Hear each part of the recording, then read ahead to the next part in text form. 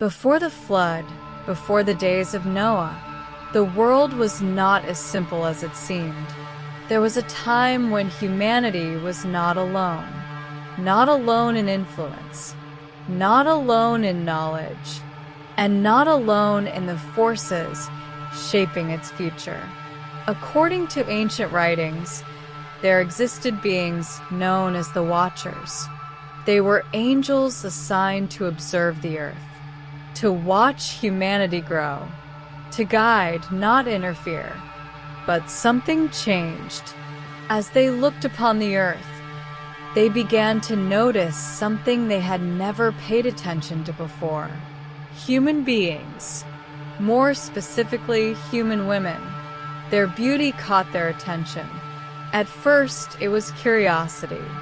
Then it became fascination, and eventually desire, a dangerous desire.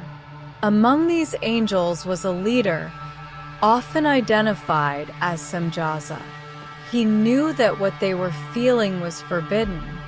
He knew that crossing the boundary between heaven and earth would come with consequences. But he also knew something else. He was not alone. So he gathered the others, 200 angels, according to ancient accounts, and together they made a decision that would change everything. They made a pact, an agreement that none of them would turn back, because what they were about to do would be an act of rebellion. They descended from the heavens to the earth, not as protectors, but as participants. They took human wives. They lived among them. And from these unions came something unnatural. Children. But not ordinary children. These children grew rapidly. Stronger than humans. Taller than anything ever seen. They became known as the Nephilim, giants. At first, they walked among humans, but it didn't take long before things began to change. Their hunger was great. They consumed more than humans could produce.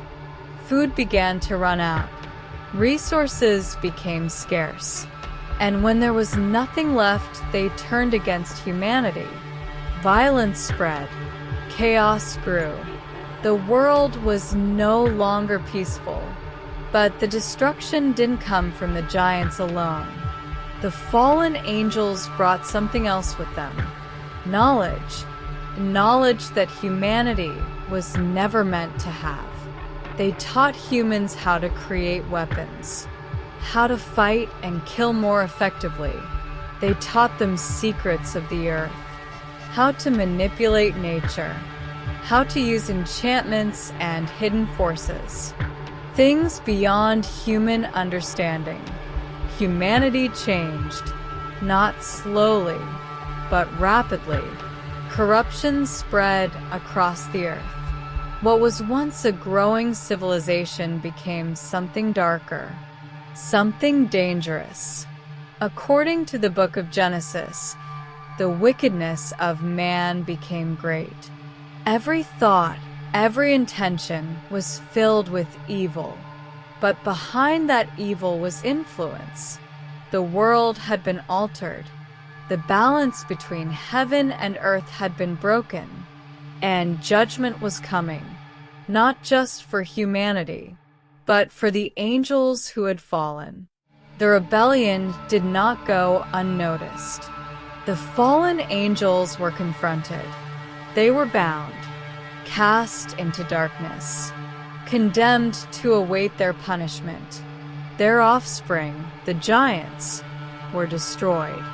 Their reign came to an end, but the damage had already been done. The earth was filled with corruption, and it could not continue. So a decision was made, a reset, a cleansing, the flood. A flood that would wipe away everything that had been corrupted, everything that had been influenced, everything that had fallen out of balance. But not everyone would be destroyed. One man found favor. One man who had not been corrupted.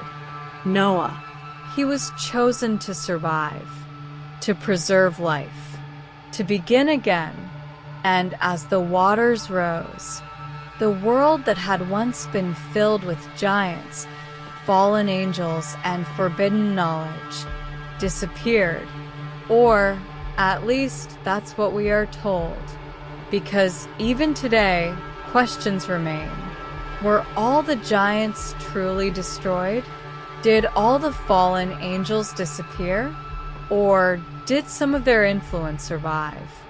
Hidden in ancient knowledge, buried in forgotten history, passed down in ways we don't fully understand. The story of the fallen angels is not just a story of the past. It is a warning, a reminder that some boundaries exist for a reason, and that some knowledge comes at a cost.